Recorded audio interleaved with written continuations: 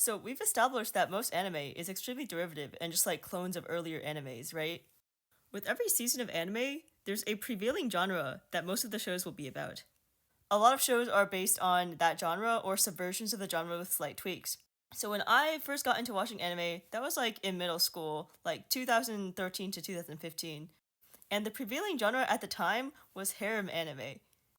What it usually consists of is like a main character who is usually like unremarkable in every way. He's just kind of to be like a stand-in for like the viewer to imagine themselves in. And like for some reason, this guy pulls like every baddie that he meets. And this way, there's a harem member for every type that a viewer might have. And like, everyone has their best girl that they root for the main character to get with, or like their personal fave. And there's also an element of suspense to see who's the final girl. Which girl will the MC choose to get with at the end? The current prevailing trope right now is Isekai, which is when the main character is usually like regular guy from our world. He suddenly gets killed by a truck or something and reincarnates into like a really cool fantasy anime world. It's usually based off medieval style RPG elements.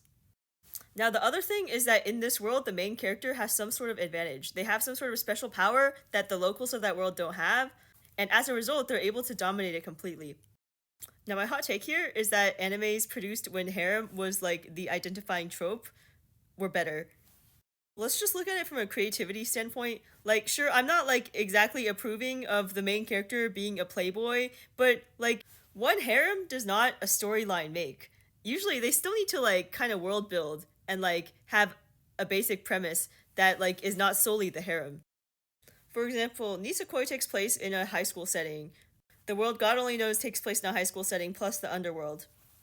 Akame Got Killed takes place in like kind of a fantasy RPG world, but like the premise of that one is just like a boy joins an assassin's guild and they're all hot assassin women and they're the harem, but not really. Again, they're all very different, but isekai, the structure is just much more predetermined. It's all like a sort of online-y RPG setting. Basically, like with a harem premise, there's still a lot of holes that you need to fill in, and like for isekai, a lot of that stuff is already filled in for you.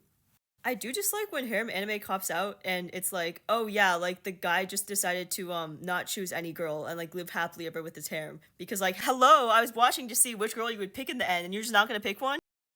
But yeah, maybe I'm tired of seeing a high fantasy video gamey setting and like I don't care if that means the main character has to be a fuckboy anymore.